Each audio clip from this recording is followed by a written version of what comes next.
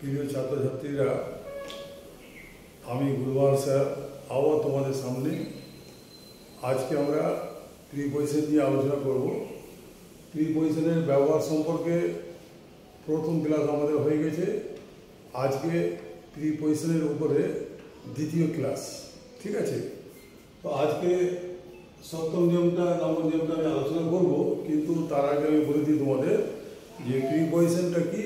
যেমন আগে বলেছিলাম, তো গ্রামারে প্রিপজিশনের আছে এক বড় স্থান, ব্যক্তি বস্তু কোথায় আছে বুঝিয়ে দেয় তার অবস্থা। প্রিপজিশনের ব্যবহার সবারই শেখা দরকার। প্রিপজিশন দিয়ে আসে সব সময় শূন্যস্থান। কেমন? তো তোমাদের এটা খেয়াল রাখতে হবে প্রিপজিশনের গুরুত্ব। প্রিপজিশন হলো এমনই ওয়ার্ড যেটা কোনো নাউনের আগে বসে বাক্যের অন্য ওয়ার্ডের সাথে ওই নাউনের সম্পর্কটাকে বুঝিয়ে দেয়, ঠিক আছে? এবার তাহলে আমরা 7 নম্বরে আমরা দেখি, এখানে লেখা আছে ইন আর ইনটু পার্থক্যটা। কোথায় ইন বসে আর কোথায় ইনটু বসে, কেমন? তো তোমরা দেখো নিয়মটা, আগে থেকে ভিতরে থাকলে ইন, বাইরে থেকে ভিতরে ইনটু। আগে থেকে ভিতরে থাকলে ইন, বাইরে থেকে ভিতরে ইনটু। রাম ছিল পড়ার ঘরে, পরে ঘরে ঢুকলো রিন্টু। তাহলে বুঝতে পারছো যে আগে থেকে যদি কেউ ঘরের ভিতরে থাকে সেই ক্ষেত্রে কিন্তু ইন হয়, আর বাইরে থেকে ভিতরে বোঝালে ইনটু। এবার তোমরা এক্সাম্পলটা দেখে নাও, যেমন লেখা আছে Ram was in the reading room. Ram ছিল পড়ার ঘরে, পরে গেল Mintu enter into the room. Mintu ঘরের ভিতরে ঢুকলো, তার মানে মিন্টু নিশ্চয়ই বাইরে ছিল। তাহলে বাইরে থেকে যখনই ভিতরে বোঝাবে সেখানে আমরা ইনটুই ব্যবহার করব। যেরকম আগে এক্সাম্পল বলছি আমি, ধরো তোমাদের, যেমন আইস মেল্টস ইনটু ওয়াটার। বরফটা গলে জল হয়ে গেল, মানে যদি অবস্থাও পাল্টায় তবুও কিন্তু ইনটু। এবার ধরো we have enter into rainy season, into the rainy season. আমরা বর্ষাকালের মধ্যে চলে এসেছি। ছিলাম গরমকালের ভিতরে, এখন বর্ষাকালে এসেছি। তাহলে into the rainy season, into ice melts into water, ইত্যাদি ইত্যাদি, এইভাবে ব্যবহারটা হয়। তাহলে আমরা 8 নম্বর নিয়মটা এবার দেখি। এখানে আছে অন এবং ইন। কোথায় অন কোথায় ইন, এদের আলাদাভাবে অনেক ব্যবহার আছে, কিন্তু আমরা এদের একটু পার্থক্যটা দিকে আমরা দেখি, ঠিক আছে? এখানে লেখা আছে 8 নম্বর নিয়মে, তোমরা নিশ্চয়ই বোর্ডে টের পাচ্ছ, দিনের আগে সব সময় অন, মাসের আগে বসে কিন্তু ইন, তারিখের আগেও বসে অন, সালের আগে মনে রাখবে ইন। তাহলে যে কোনো দিন তাহলে অন বসাবো, on Sunday, on Monday, on Tuesday ইত্যাদি। মাসের আগে in, in January, in February, in March, in April ইত্যাদি। তারিখের আগেও বসে অন, যখন আমরা তারিখটা মেনশন করবো তখন তার আগে অবশ্যই অন বসাবো। On 1 January, on 3 July, on 15 August ইত্যাদি। সালের আগে মনে রাখবে, কিন্তু যদি সাল হয় 1975, 1975, 2020, যে কোনো সাল, তো সালের আগে আমরা বসাবো ইন। এবার তোমরা বোর্ডে এক্সাম্পল যেটা লেখা আছে তোমরা লক্ষ্য করো, এখানে এক্সাম্পল লেখা আছে we do not go to school that Sunday, দ্যাটে আমরা অন বসাবো, অন সানডে। তাহলে লেখা আছে দে উইল কাম হিয়ার, জুনের আগে আমরা ইন বসাবো, ইন জুন।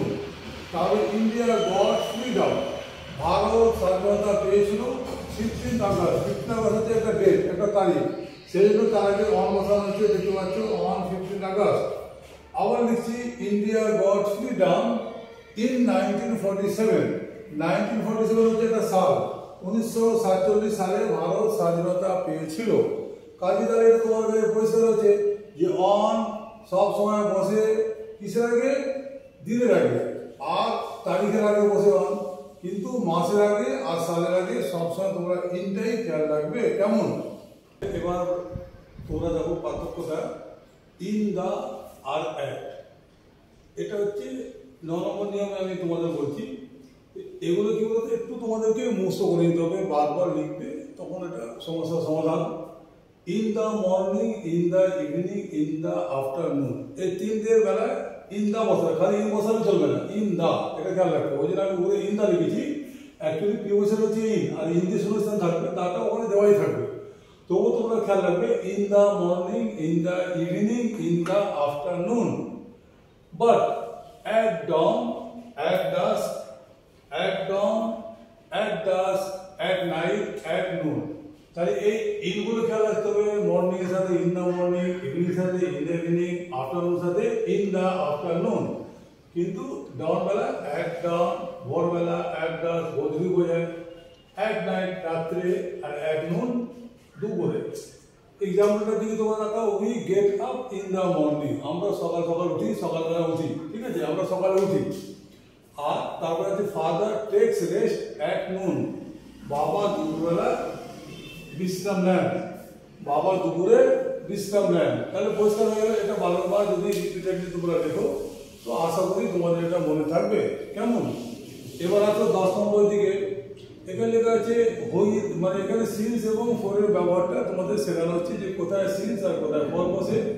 মূলত প্রেজেন্ট পারফেক্ট কন্টিনিউয়াস টেন্সে, অর্থাৎ পারফেক্ট কন্টিনিউয়াস টেন্সেই এগুলোর ব্যবহারটা হয়, সিন্স আর ফর। তাহলে এখানে লেখা আছে হইতে বা থেকে থাকলে সিন্স, ধরে বা যাবত হলে ফর। এদের পার্থক্য বুঝতে 2 মিনিট লাগবে খুব জোর। আসলে একটু কোন মন দিয়ে যদি শুনে না, মানে কি কিন্তু এটাকে সিন্সটাকে খুব কঠিন করে ভাবে যে সিন্সটা কোথায় হলে এর মানেটা কি। তো মানেটা লিখে দেওয়া হয়ে গেল যে হইতে বা থেকে, সিন্স মানে হচ্ছে হইতে বা থেকে। আর কোন মানে তো ধরে, এটা মানে এখানে কর্মের জন্য হয়, এই জায়গায় ধরে অর্থে এটা আমরা ইউজ করবো। যেমন এক্সাম্পলটা আমি দিয়েছি, I have been writing for an hour, আমি 1 ঘন্টা ধরে লিখছি। আমি 1 ঘন্টা ধরে, যখনই ধরে পাবো তো এই সময় আমরা ফর বসাবো। অর্থাৎ যেটা মানে এটাকে বলা হয় পিরিয়ড অফ টাইম, কতক্ষণ ধরে, কত সময় ধরে, কত দিন ধরে, কত মাস ধরে, এইসব বোঝালে আমরা ফর লিখবো।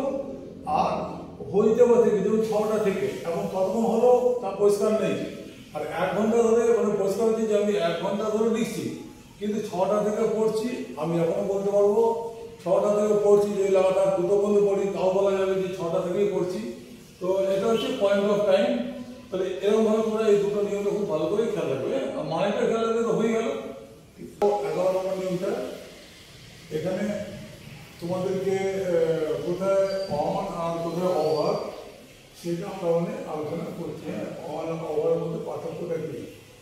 তাহলে এখানে বোর্ডে দেখতে পারলে বুঝতে পারবে যে টাচটা বোঝালে হবে অন, টাচ না বোঝালে ওভার। অল্প অল্প শিখতে একদিন এই চ্যাপ্টার হবেই কভার। তাহলে প্রিপজিশন চ্যাপ্টার যেটাকে আমরা কঠিন ভাবি, কিন্তু আজ যদি অল্প অল্প করে এইভাবে আমরা যদি বুঝে বুঝে এগোই তাহলে আমরা এই প্রিপজিশন চ্যাপ্টারটাকে কভার করতে পারবো। তাহলে মেন কথা এখানে বোঝানো হচ্ছে যে আমরা টাচ করে যখন বোঝাবে উপরে, অন মানেও উপরে, কভার মানেও উপরে, কিন্তু টাচ করে যখন বোঝাবে তখনই কিন্তু অন হবে। যেরকম ধরো এক্সাম্পল এবার তোমার পাচ্ছো I sit on the chair, আমি চেয়ারে বসি, তো চেয়ারের সাথে আমি টাচ করে থাকি তখন। অথবা অন দ্য ম্যাট, আমি বসি মাদুরের উপর, তো মাদুর সাথে টাচ করে আছি। অথবা অন দ্য বেঞ্চ, তো বেঞ্চের সাথে আমি টাচ করে আছি। কিন্তু যদি বলি the fan is over our head, পাখাটি আমাদের মাথার উপরে, এবার বলো তো তোমরা পাখার আগে মাথার সাথে কি টাচ আছে? নিশ্চয়ই না, পাখাটা মাথার সাথে টাচ নেই, ওই জন্য এখানে ওভার হয়ে গেল। আবার তারপর বলছি আরেকটা example, the Fox jump over the fence, বেড়ার উপর দিয়ে শিয়ালটা লাফ মারল। আর ওভারটা অবস্থায় গতি, এটাও গতিপতি বোঝায়, গতি অবস্থায় বোঝায়। এরকম ক্ষেত্রে উপরে বোঝাবে ওভার, ওর উপর দিয়ে। Birds are flying over our head, আমাদের মাথার উপর দিয়ে পাখিগুলো উড়ে যাচ্ছে। Birds are flying over the tree, গাছের ওপর দিয়ে পাখিগুলি উড়ে যাচ্ছে। এখানে আমরা কি বললাম, খানিকটা গতিটাও বোঝাচ্ছে। এই ওভারের পার্থক্যটা বুঝতে গেলে ওভারের মানে ওভারটা হচ্ছে যে ঠিক উপরে বোঝাতে ওভার, ঠিক যদি উপরটা হয় সেক্ষেত্রে ওভার হয়, ঠিক আছে। আর এটি তোমরা খেয়াল রাখবে, অ্যাবভটা আমরা এখানে মানে শুনি যে অ্যাবভ মানে উপরে, এটা আমরা জানি। তো অ্যাবভটা মানে এটা বোঝায় একটু বেশ উপরে, ঠিক আছে। যে অনেকটা উপরে এরকম বোঝালে আমরা তখন অ্যাবভটাও ব্যবহার করি। যেন আমরা বলতে পারি যে sky is above our head, আকাশটা হচ্ছে আমাদের মাথার উপরে। নিশ্চয় আকাশটা অনেক উপরে আছে, হ্যাঁ, বলে সেখানে আমরা মানে অ্যাবভটা ব্যবহার করবো। ক্লিয়ার? ঠিক আছে। এবারে আমরা 12 নম্বর দিকে তাকাই। এখানে ইন, অন এবং টু, এদেরও একটা পার্থক্যটা আমাদের বোঝা দরকার আছে খুব ভালো করে, যে ইন বলতে বোঝায় ইনসাইড অর্থাৎ ভিতরে, আর অন বলতে বোঝায় অন দ্য বর্ডার, এবং টু বলতে বোঝায় আউটসাইড। আউটসাইড টু বলতে বোঝায় আউটসাইড, এটা একটু খেয়াল রাখবে তোমরা, আউটসাইড টু বলতে বোঝায় আউটসাইড। তো সেন্টেন্সটা পড়লে তোমরা বুঝতে পারবে পার্থক্যটা। দেখো এদের লেখা আছে Delhi is in the north of India. এর মানেটা হলো দিল্লি হচ্ছে ভারতের উত্তর দিকে, দিল্লি ভারতের উত্তরে, কিন্তু দিল্লিটা ভারতের যে সীমানা আছে কিন্তু তার ভিতরে আছে, ওই জন্য বলছে ইন বলতে ইনসাইড। বিতে দেখো the Himalayas are on the north of India.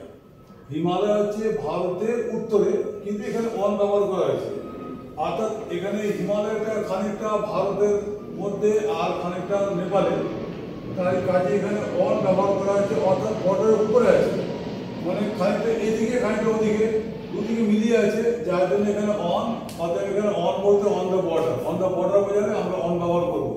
তাহলে হিমালয় হচ্ছে ভারতের উত্তরে। আবার তারপরে সেটা দেখো Pakistan is to the north of India. তোমরা নিশ্চয়ই জানো পাকিস্তান অন্য দেশ এবং ভারতের সীমানা একটা যেমন আছে, পাকিস্তানেরও একটা সীমানা আছে, তার কারণে পাকিস্তান হচ্ছে ভারতের সীমানা থেকে বাইরে, সেজন্য এখানে টু ব্যবহার করা হয়েছে। ক্লিয়ার? তাহলে ব্যাপারটা হচ্ছে যে একটাতে ইন ব্যবহার যখন করা হলো তখন বোঝা যাচ্ছে ওটা আমাদের দেশের ভিতরেই আছে, যখন অন ব্যবহার করা হলো তখন দেখাচ্ছে যে অন দ্য বর্ডার, তার মানে দেশের পুরো ভিতরে নয়, আবার দেশের পুরো বাইরে নয়, ওটা সীমানার উপরে আছে, যার জন্য অন ব্যবহার করা হলো। আর টুটা বোঝাচ্ছে একেবারে দেশের বাইরে, দেশের সীমানার বাইরে, সেই জন্য এখানে বলেছিলাম Pakistan is to the north of India. Pakistan হচ্ছে ভারতের উত্তরে। ঠিক আছে? তো আজকে প্রিপোজিশনের ব্যবহারটা এই পর্যন্তই। সেকেন্ড ক্লাসে তোমরা খুব ভালো করে পড়বে, আশা করি বুঝতে পারবে সব। প্রিপোজিশন হচ্ছে ভার্বের ঠিক উপরে। আমরা আগে বলেছিলাম যে verb is the most important thing in English, and next to verb is the preposition. কারণ প্রিপোজিশনের স্থানটা গ্রামারে খুব বেশি আছে, আমি একটু আগে তোমাদের বোঝালাম। এই চ্যাপ্টারটা খুব ভালো করে পড়লে ইংরেজি আশা করি তোমাদের কাছে খুব সোজা লাগবে। তো তোমরা ইংরেজি যদি ভালো করে শিখতে চাও, তোমাদের ভার্ব আর প্রিপোজিশন, আমি আবার বলছি বারবার, এটাকে খুব ভালো করে বুঝতে হবে। তাই তোমার কাছে বলছি,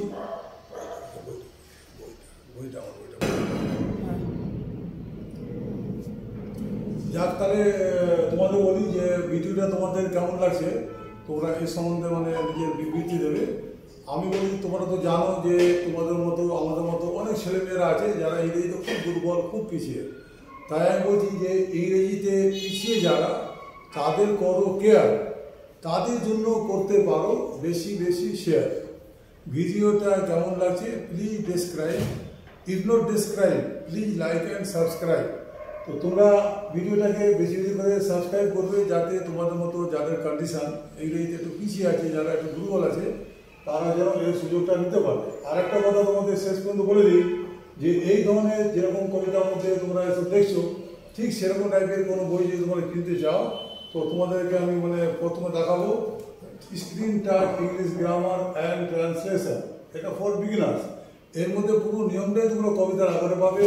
তার মধ্যে লিখিত আছে ইংরেজিটা খুব সহজে যাতে যায় শেখা, সেই জন্য সব নিয়মগুলো ছড়ায় আছে লেখা।